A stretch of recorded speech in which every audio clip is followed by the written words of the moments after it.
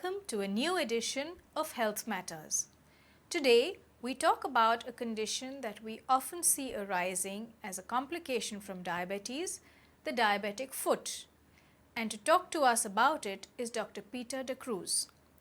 Dr. Peter is a consultant cosmetic, plastic and hand surgeon in private practice in Margao. He is also a visiting consultant cosmetic, plastic and hair transplant surgeon at Manipal Hospital and SMRC and a member of St. Luke's Medical Guild. Dr. Peter, welcome. Thank you for being on the show today. Thank you very much, Ms. Luna.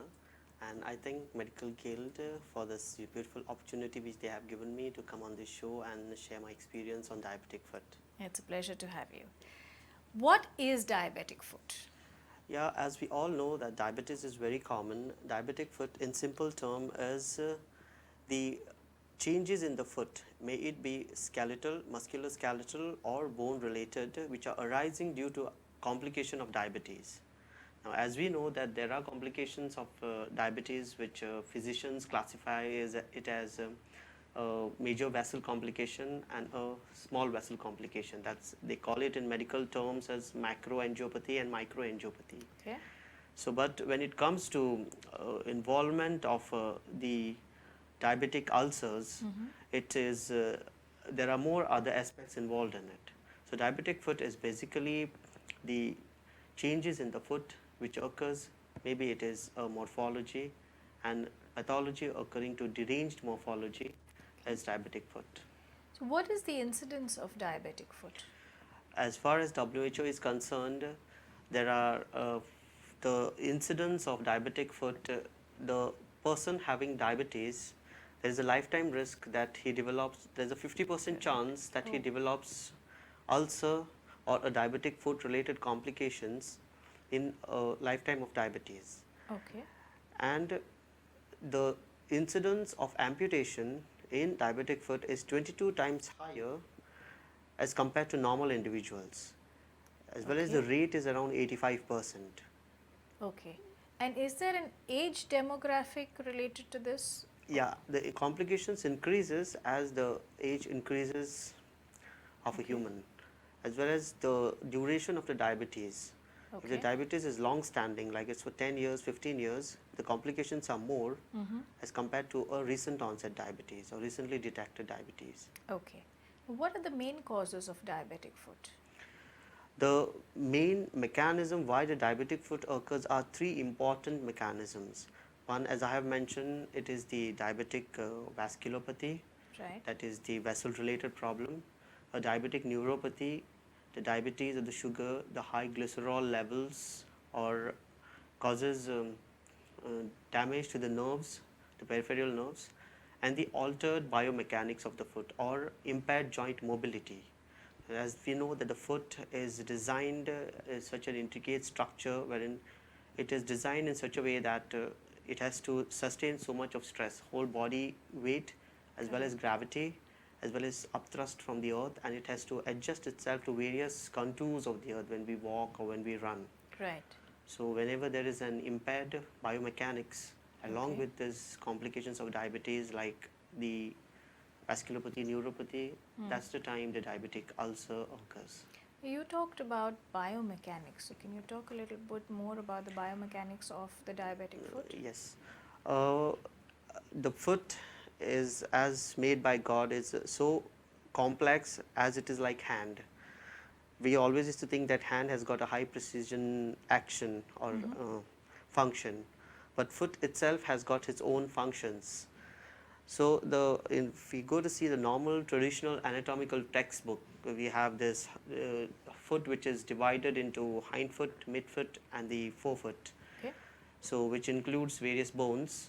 I will not go into the details of various bones, and there are various other musculoskeletal or skeletal structures which maintain the foot into this nice position which is called like a bridge sort of.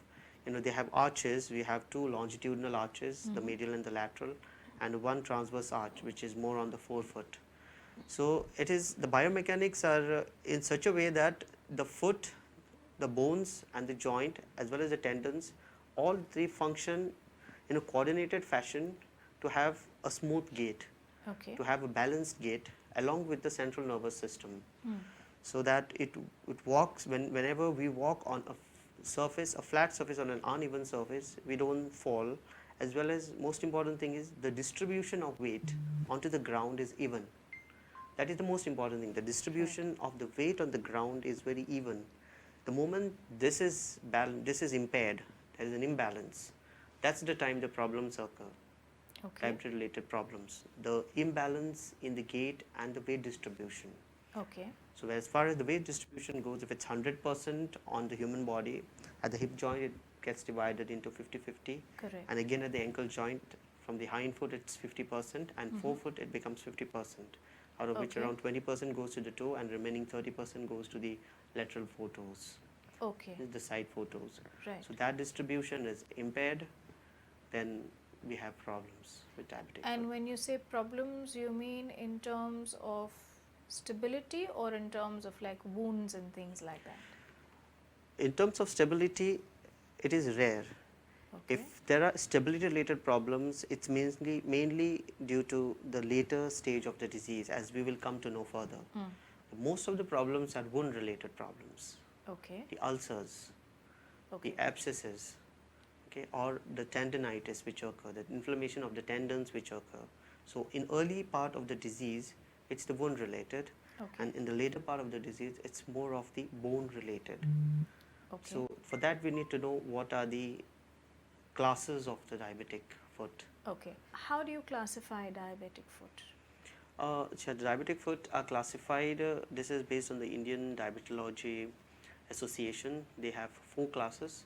Class 4 is where there are no ulcers, or there are only free ulcer related changes like Okay. cracks, fissures, callosities, thickening of the plantar surface of the foot. Okay. The class 2 ulcers are mostly uncomplicated superficial ulcers. Class 3 ulcers are deeper ulcers which involves the tissues, which involves the tendons, and mostly requiring a reconstructive surgery in a form of graft or a flap cover.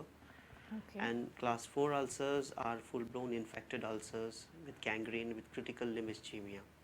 It means critical limb ischemia means the blood supply to the limb is blocked, and the limb is having less blood supply or having difficulty in surviving based on that blood supply. So Okay. that is class 4. Okay. So class 4 being the worst. The worst. Of the lot. Okay. Now, can diabetic foot be prevented, or can certain classes of the condition be prevented, or can it be prevented altogether? Yeah, the thing is, diabetic foot, the prevention is very difficult, Okay. because first of all, to have about the prevention, we should know, to know about the prevention, we should know about the awareness, how the diabetic foot occurs. Once we talk about diabetic foot, most of the people don't know that it's a progressive disease. That is, it Okay. progresses from class 1 to class 2, 2 to 3, and then 4. So if we know that a complication will come in future, I'm a diabetic, I will have a complication in future, then it's better to be on a watch out.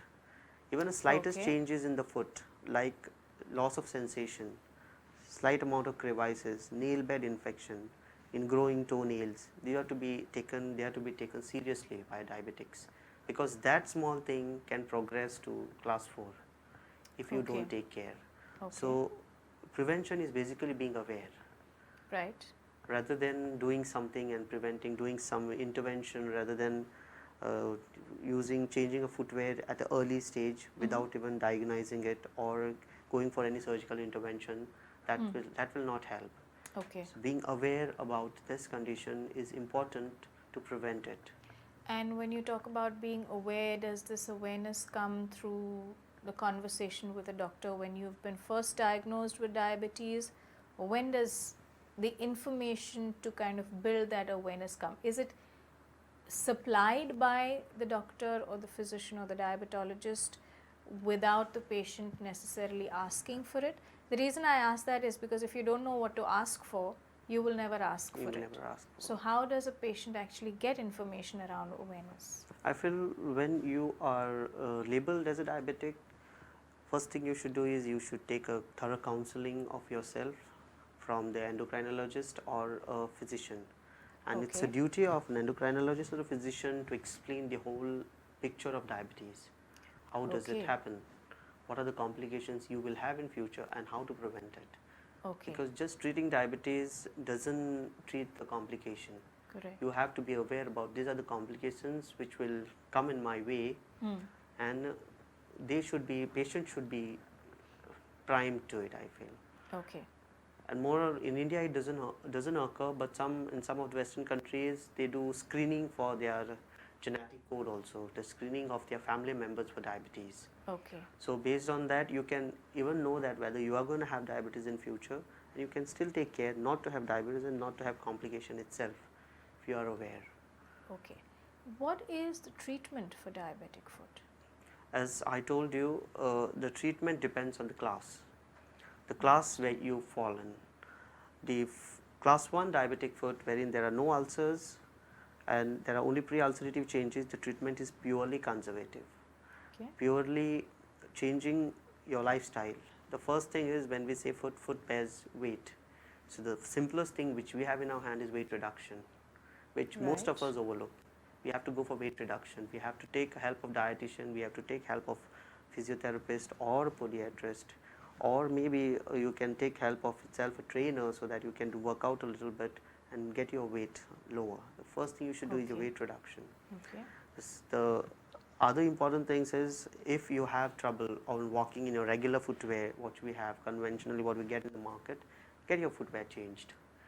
Get your footwear, more friendly footwear to you. We have a customized footwear available now. So Right. get your footwear changed Okay. without having any ulcers, so that you come to know, you can easily make out when your foot is becoming warm or when constant pressure, because that part of the foot pains a lot. Yes. So get your footwear changed. Second, Okay. the third thing what they can do is they can take a good foot care, like apart from daily personal care, the nail care and the web space care. So Okay. you have to trim your nails at right point of time, see whether there are ingrown toenails, see there are any toenail changes relating to infection, Okay. and check for your web spaces constantly. Okay. Because most of these infections they start in web space and they are overlooked or they are not noticed, and then they start slowly growing. Okay. And you can get yourself evaluated with the podiatrist itself in that stage, Okay. because they have their special pedicure set to Okay. take care of all this. So in stage 1 it's mostly purely conservative, and that's the thing which we can say a little bit of prevention. So we have to prevent stage 1 to go into stage 2. In stage 2 they are all superficial ulcers. So mostly there are no bone involved in stage 2, but that's not a hard and fast rule. Bone may get involved. Okay. So the surgical offloading, the offloading procedures we call. So this offloading may be surgical or it may be external. Once I mention offloading means it's a simple term, offload. You have Reduce to the- off your load from your foot Yeah. by any means. So it could be weight reduction, or it could be changing your external footwear so that the foot, when it rests on the ground or on your footwear, there is an even distribution of weight. Okay. And the third thing is surgical. Now, the surgical offloading is not very commonly done by many surgeons. Okay. So we have various surgeries. So when we talk about diabetic ulcers, we have classified or stratified them for our treatment purpose into few categories, like the hindfoot ulcers, the midfoot ulcers, and the forefoot ulcers. When we talk about hindfoot ulcers, it's only the heel ulcers in simple term.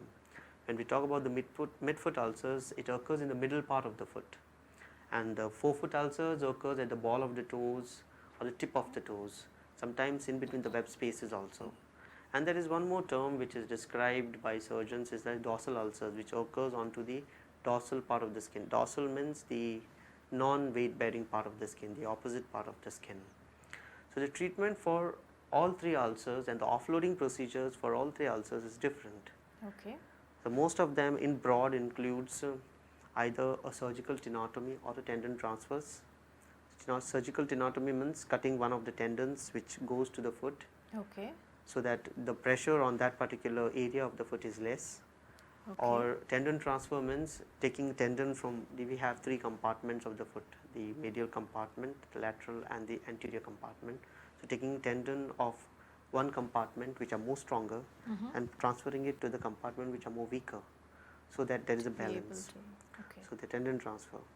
The tendon transfer are some of the procedures. Or if that is amenable to this particular treatment of tendon transfer, we have bony procedures involved. So bony procedures could be excision of exostosis, we call it, like if there is a pointing bone, we shave it off. Okay. Or there could be after taking x-rays or doing special investigations, we come to know whether orthopedician can be involved, so that the arches which I was talking about before can be restored, so Okay. that the pressure points are evenly distributed. Okay. So it is, so the offloading can be surgical and external. So that's class 2. Most Okay. of the time, by offloading procedures in a wound care, the ulcer heals, and apart from healing ulcer, the prevention to going into the further stage can be slowed down. Okay. Now the third stage is the ulcers go deep inside into the tissues. They are like, sometimes you can call them a pressure ulcers. So they involve the fascias of the foot. The foot has layers. Okay. Muscles are arranged in layers. There are 4 layers. So it can involve the fascia, the layers of the foot, the muscles, as well as the tendons, the synovial joints sometimes. What is a synovial joint? Basically the joints of the foot, the bones are attached to each other, Yeah. and they are covered in a capsule. Okay. So a synovial joint is a joint wherein the bones are in congruence with each other, Okay. attached with a capsule, covered by the synovial membrane, Okay. and has a synovial fluid in it. Okay. So that's one type of a joint. Okay. So it might go right up to the joint. Okay. So those kind of ulcers come mostly with deranged foot arches. They come with osteomyelitic changes, chronic discharge. Okay. So these are the ulcers which will, when we remove it, there will be a big defect. There will be a big defect, and that defect we need to cover. So these are the ulcers which require surgery and cover, reconstruction. So that cover can be grafting, or it could be some kind of flap surgery. Okay. So these are type 3 ulcers, Right.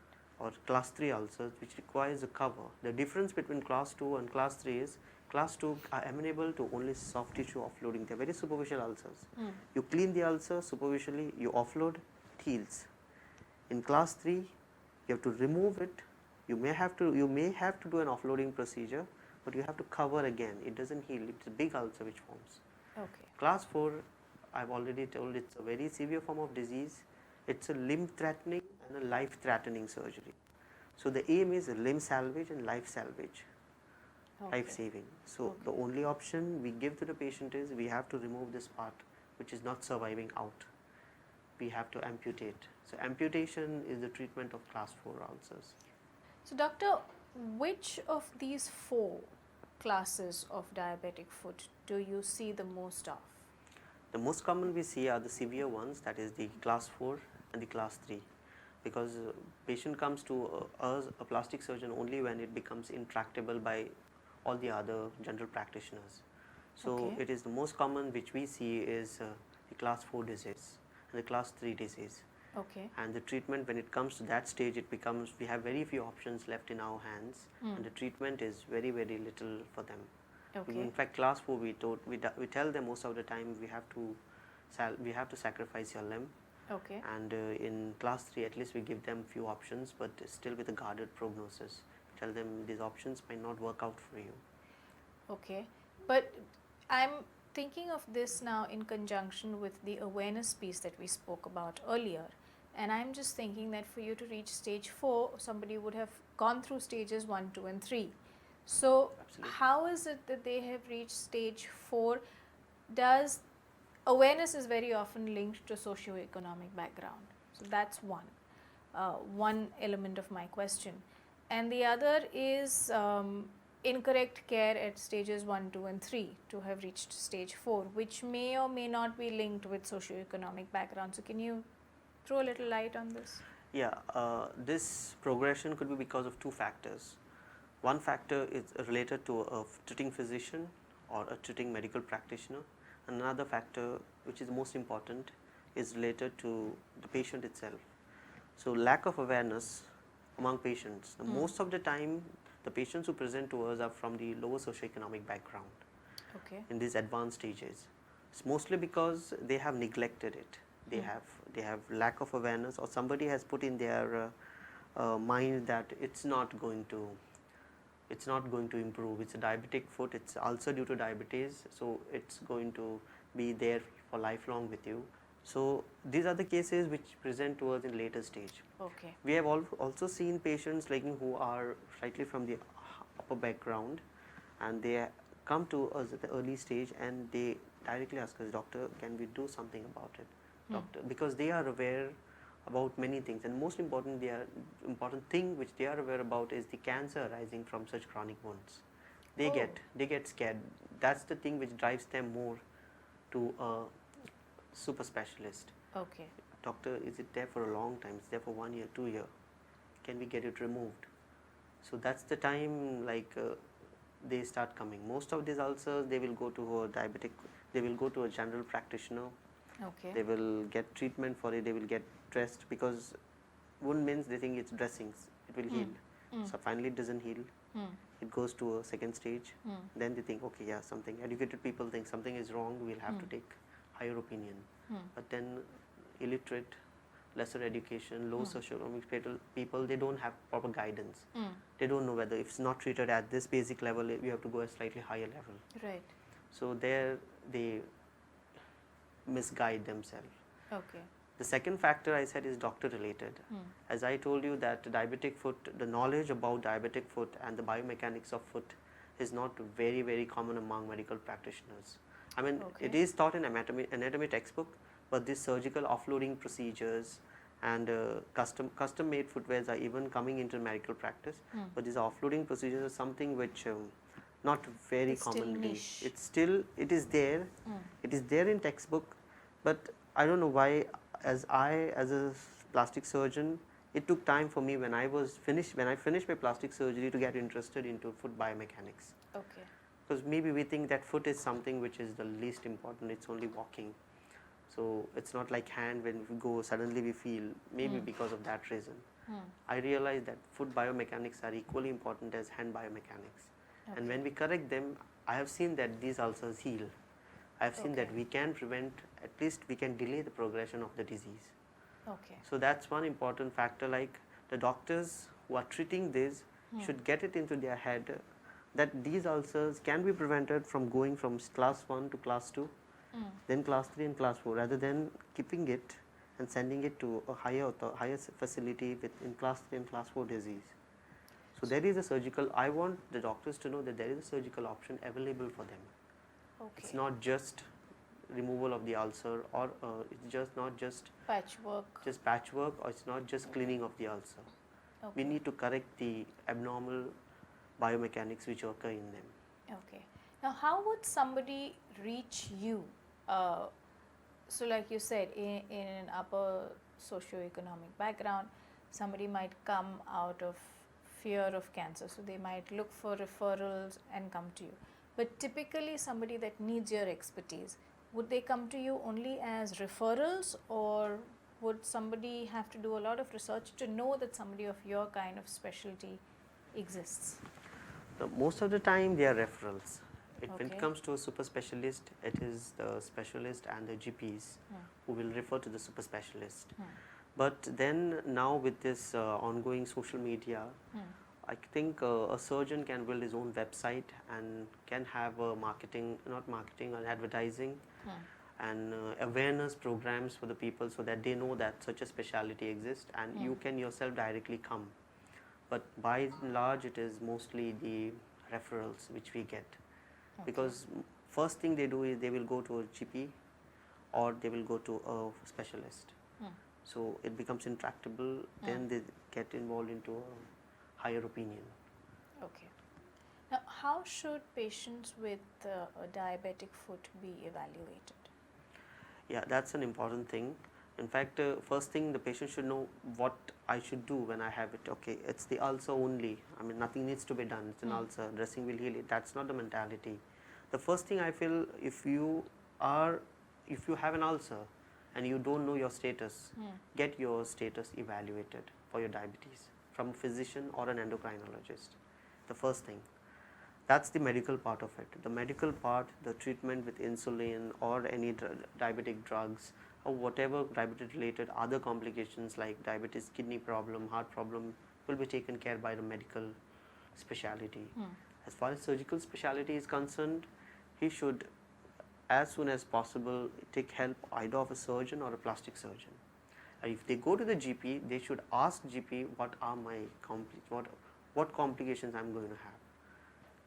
Can you refer me to a surgeon or a plastic surgeon so that you can, or a vascular surgeon, so that I can get myself thoroughly evaluated. So the thorough evaluation, the moment they come to a plastic surgeon or a surgeon, he will evaluate, he has to evaluate him first. Examination, thorough history examination, and after taking history examination, a battery of investigation. I'm not talking about medical related, surgical related investigations should be done. The first thing anybody, even a GP, can ask is an X-ray. Now X-ray is very, very important for us as far as this treatment is concerned. The X-ray tells us many things. If I ask a question how X-ray will help, even an MBA student will tell us whether there is osteomyelitis or not. Apart from that, there are a lot of other important information which we can take from an X-ray, like the moment the arches are deranged. So there are angles, different angles. These angles get deranged. There are special radiographic readings of these angles. And in fact, there are criteria wherein if the angle is deranged this much, you have to go for bony correction. So that gives us an idea whether to involve an orthopedician or not to involve an orthopedician. So X-ray is one important investigation. And now the very, very important investigation which I am finding it difficult to get it in Goa is a pyrobarogram. Now what is a pyrobarogram? It's like some people don't even, when I tell it, it's like difficult to grasp what is a pyrobarogram. So now what happens with the latest computer driven technology, the latest machines have come which learns our gait weight bearing. It's basically indirectly it is learning, it's a map of your weight onto the foot surface area. So basically this pyrogram is color coded. It's like this traffic light color coded. It's red, purple is definitely not there in traffic light. So red, purple, amber, green. So red means the highest pressure point, purple means the least highest pressure point, amber means again a lesser severity, and green means normal. So in a pyrobarogram, what the podiatrist does, it's done by the podiatrist, is not done by a physician. What he does is he makes you, there are two types. So he does it in a static phase, that is when you're standing, and he does it in a dynamic phase, that is when you're walking or running. So it's assessed in two phases. So when you stand, it builds a map on a computer screen. So you come to know which part of your foot has got a higher pressure on it. So what happens is, on conventionally we have the hind foot, the lateral part of the foot, and the forefoot, which bears equal pressure. But what happens in diabetics, because of all these derangements, I said abnormal pressure points occur, and there are pressure points which you can localize whether this is the point where the pressure is occurring. So we can make out basically what is the highest pressure point, and we can target that area. We can target a surgery to that area. So for example, if we have a higher pressure point in the forefoot, we need to do something called as the surgical tenotomies of the flexor tendons, so that in the propulsion phase of the gait, the pressure is less. So when we do when do propulse like that, the flexor tendons push the foot down on the floor. So once we weaken them, that force is less. That means the apart from weight, the force is less on that particular area which is coming. So if it's hind foot, you do something called as tendon transfers, or tendon tightening, or tendon graft in between, tendon loosening. So there are different in fact, this pyrogram gives us an idea what surgery to plan and which area to target. So it gives us it's a very, very important investigation. So it has a map as well as it has a 3D graphs. So that there is a graph, the graph goes up like that when there is a high pressure point. It comes down, it's like a continuous graph. And most important thing, it's real time. You can, as you're walking, you see the mapping happening as you it's are. real time. So real time mode is also available in it. Okay. So if you want to go and discuss with your podiatrist and see what has happened in real time, you can do that also. So is access to a podiatrist easy? Very difficult. In fact, That's it's what I difficult for thought. me, imagine for the patient. I'm still searching how to get pedobarogram for my patient, because that's one very, very important investigation which I don't have at my disposal. When I was Okay. doing my fellowship, we used to see left and right pedobarogram, so the hospital had it. Correct. Here we are, it's very difficult for us. So how common is it to find a podiatrist across Goa, for example? I know of very few people who Specialize in foot. I may have heard of one or two. but- Yeah, that's right. That's right. Even one. Yeah, that's right. Even one or two, but still they are in. I don't think so. They have a pedobarogram, because I still remember 3-4 patients. They run around entire Goa, most of the corporates, and even big corporates don't have this investigation, and I was surprised. And they came back to me saying, then this cannot be. We don't have this investigation. Even I myself found.